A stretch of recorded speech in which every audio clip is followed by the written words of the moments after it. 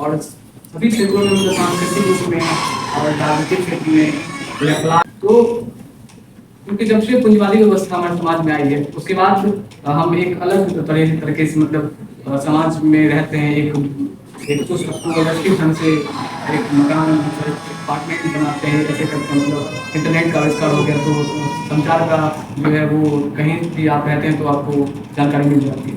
लेकिन पहले ऐसा नहीं था।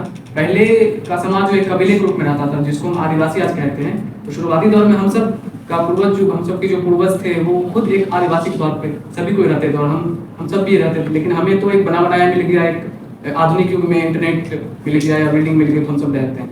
लेकिन आदिवासी का जो योगदान रहा है वो बहुत ही काफी महत्वपूर्ण है क्योंकि वो परंपरा से जोड़ते हैं। आज हमारे पास जो भी चीज परंपरा से जो भी चीज हम सीखे हैं वो एक परंपरा से मिलती आ रही है। तो वो परंपरा में आज जिस स्तर पे हैं तो उसके स्तर पे हम सोचते हैं कि आदिवासी के बारे में आज पढ़ रहे हैं, इसके योगदान के बारे में जान रहे हैं। लेकिन इसकी मतलब वो अपने समय में बहुत खास थे जो बात करते। तो सबसे पहले हम बात करते हैं कि इसकी संस्कृति और परंपरा के बारे में। तो आदिवासी की अपनी एक अलग संस्कृति, जैसे उनकी संगीत कला की बात करें, नृत्य कला की बात करें तो इनके यहाँ संगीत की बात करें तो इनके यहाँ जो भी बातें कही जाती है, जैसे कोई भी दर्शन हो, कोई भी गीत हो या विवाह गीत हो गया या किसी की मृत्यु पर कोई गीत गाया जाता है तो इनमें कोई भी दर्शन होता है तो वो गीत के माध्यम से व्यक्त किया जाता है। और कोई मतलब वाचिक मौखिक रूप से जो परंपरा चली है उसी के बारे में ज्यादा जानकारी देते हैं। क्योंकि संगीत के क्षेत्र में नृत्य कला के बारे में बात करें तो वहाँ पे मुंडारी नाच झारखंड में फेमस है। मुंडारी हो गया और उड़ाव नाच जिसमें बहुत सारे पुरुष ये जैसे स्त्रियां हो गए पुरुष हो गए वो ग्रुप में मिलके डांस करते हैं, उसके बारे में बताते हैं कैसे कैसे परंपराएं चली आ रही है। तो इसके अलावा अगर बात करें कला और शिल्प के बारे में बात करें तो वहाँ की जो भारत के अन्य हिस्सों में जो प्रसिद्ध है जैसे काष्ठ कला हो गया, चित्रकला हो गया, हस्तलिपि हो गया। जैसे चित्रकला यहाँ दिखाऊंगा उसके बारे में बात ये देखिए, जैसे ये चित्रकला के बारे में बात करते हैं वहाँ घर पे बनाते हैं, जो घर होते हैं उन पे ये चित्रकला बनाई जाती है जो देखने में भी अच्छी लगती है और कुछ हमें शिक्षा देती है, उसके बारे में कुछ बताती है। ऐसे नहीं कि जो ऐसे वो एक अच्छा यहाँ पे देखने को मिलता है। जो हम बिहार में अगर बात करें तो मिथिला क्षेत्र में भी ऐसे ही बनाया जाता है तो उनका वो ज्ञान दे सकते हैं।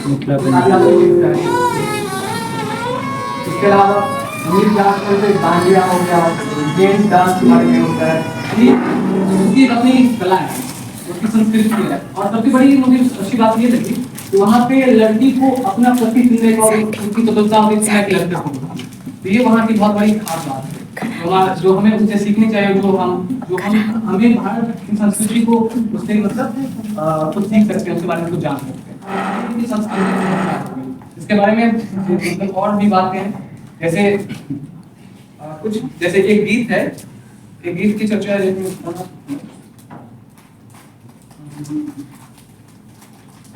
कि किस प्रकार गीत के माध्यम से ये अपनी बातें को रखते हैं। जैसे एक गीत है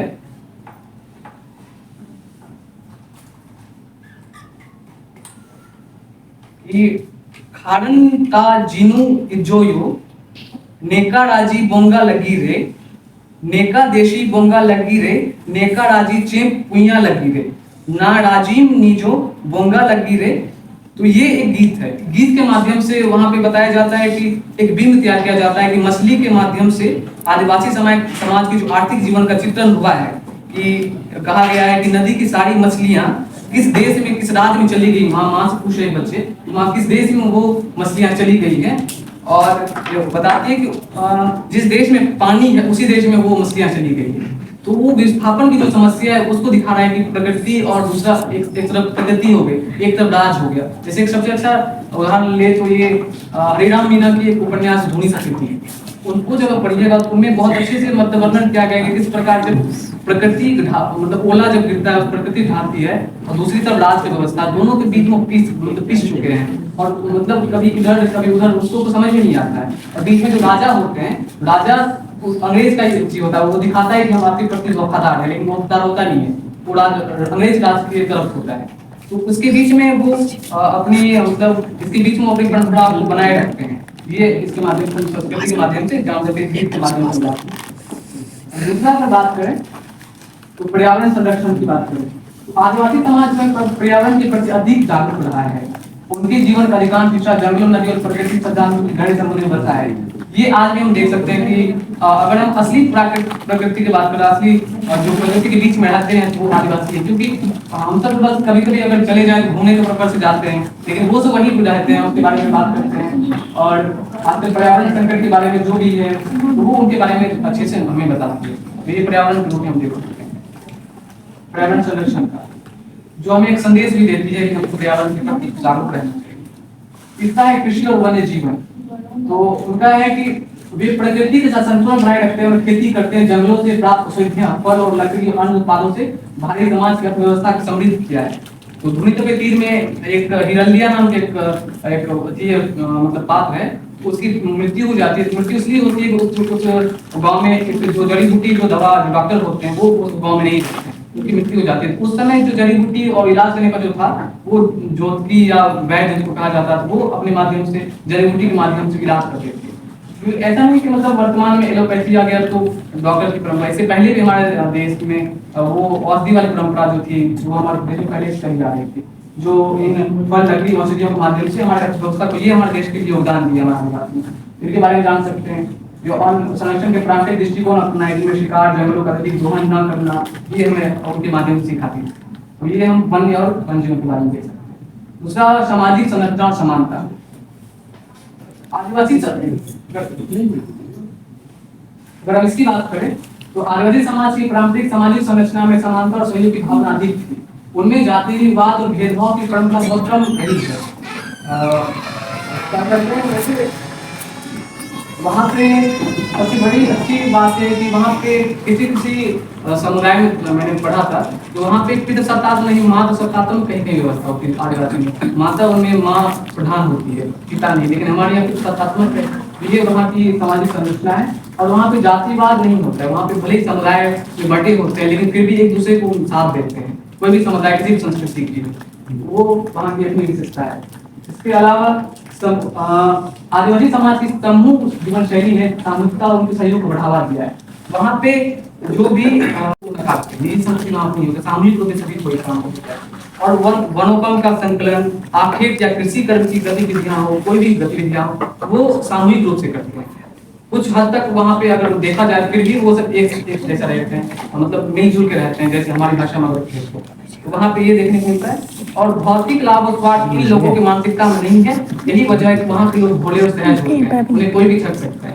जैसे वहाँ पे अंग्रेज राजा आए जो उनको बताया कि आपके देश में बैलगाड़ी बिछाई जाएगी, तो वहाँ पे धुने तबेते में आता है कि ये कौन सा बैल बन रहा है जो मुंह से आग फेंकता है और जिससे जंगल जल जाएगा, ये वहाँ पे आता है। तो वहाँ पे बोला जाता है ये रेल गाड़ी है, आप ही के विकास के लिए कर रहा है। तो उनके माध्यम से भोलेपन का फायदा होता है कि आदिवासी के साथ जो है और उनको विस्थापन की समस्या और उसको झेलना पड़ा। तो ये सब है।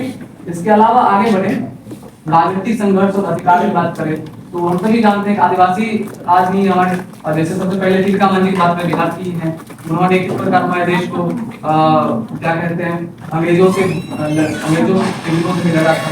बिरसा मुंडा है जिनके अस्तित्व पे हम ये क्या कहते हैं जो अनेक दिवस हम मना रहे हैं।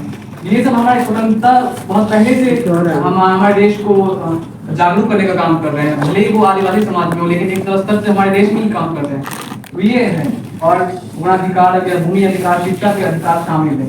ये राजनीतिक संघर्ष अभी भी चलती आ रही है और हमारे देश के अभी राष्ट्रपति द्रौपदी मुर्मू हैं जो संतुलित समुदाय साथी हैं, वो भी आदिवासी हैं। ये हमारे लिए बहुत अच्छी बात है कि आदिवासी महिला जो है हमारे देश की राष्ट्रपति भी बनी है।